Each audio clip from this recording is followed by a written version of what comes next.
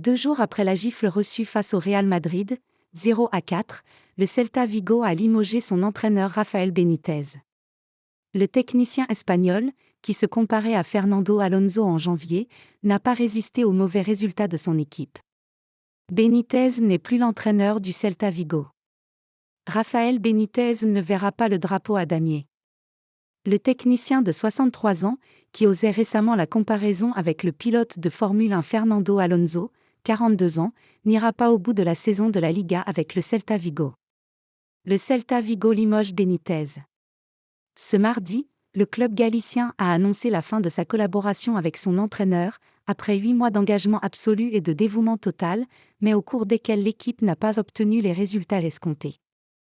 Après 28 journées, l'équipe occupe la 17e place du classement avec seulement 2 points d'avance sur le premier relégable, Cadix.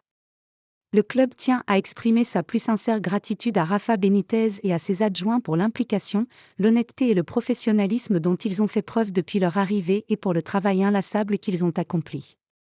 Le RC Celta souhaite également bonne chance et succès pour le futur, indique le Celta Vigo dans son communiqué. Pas de miracle au Celta. Considéré comme un entraîneur d'exception en Espagne, où il a remporté 2 fois la Liga et une coupe de l'UEFA, ex-Ligue Europa, avec le FC Valence, 2001 à 2004, Benítez avait suscité l'enthousiasme lors de son arrivée en Galice l'été dernier après plusieurs saisons décevantes. Mais l'expérience ne s'est pas passée comme prévu pour le vainqueur de la Ligue des Champions 2005 avec Liverpool, 2004 à 2010. Le rendez-vous au premier virage a été une grosse déception pour les supporters du Celta. Dès la première journée de championnat, son équipe concédait une défaite à domicile contre Osasuna, 0-2. La suite ? Seulement 3 victoires en championnat, contre Almeria, 3-2, Grenade, 1-0, et le Betis, 2-1, lors de la première moitié de saison. Quand Benítez se compare à Fernando Alonso.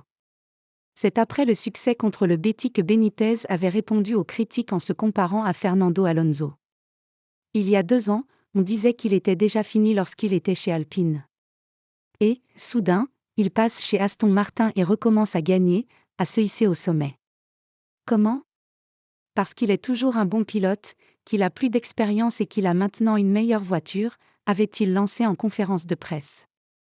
À l'époque, Benítez pensait que le mercato hivernal pouvait encore changer les choses. Ainsi en football, le mercato hivernal vous permet de régler votre voiture. Et vous pouvez l'ajuster en sachant déjà ce qui vous manque. Donc, dans la seconde moitié de la saison, et nous faisons généralement de bonnes secondes moitiés de saison, si nous parvenons à faire quelques ajouts, j'ai confiance dans le fait que l'équipe va bien faire les choses, estimait-il. Pour améliorer sa voiture, l'écurie galicienne lui a offert 3 recrues, le latéral droit Javier Manquillo, le milieu Jailson et l'ailier Tadeo Allende. Mais ce nouveau package n'a pas procuré les performances attendues, une élimination en quart de finale de la Coupe du Roi face à la Real Sociedad, 1-2, et seulement 2 victoires en championnat. La dernière contre Almeria, 1-0, le 1er mars lui avait offert un petit sursis mais elle a été suivie d'une violente sortie de piste contre le Real Madrid, 0-4, le week-end dernier. Ce crash a finalement convaincu le Celta de confier le volant à quelqu'un d'autre.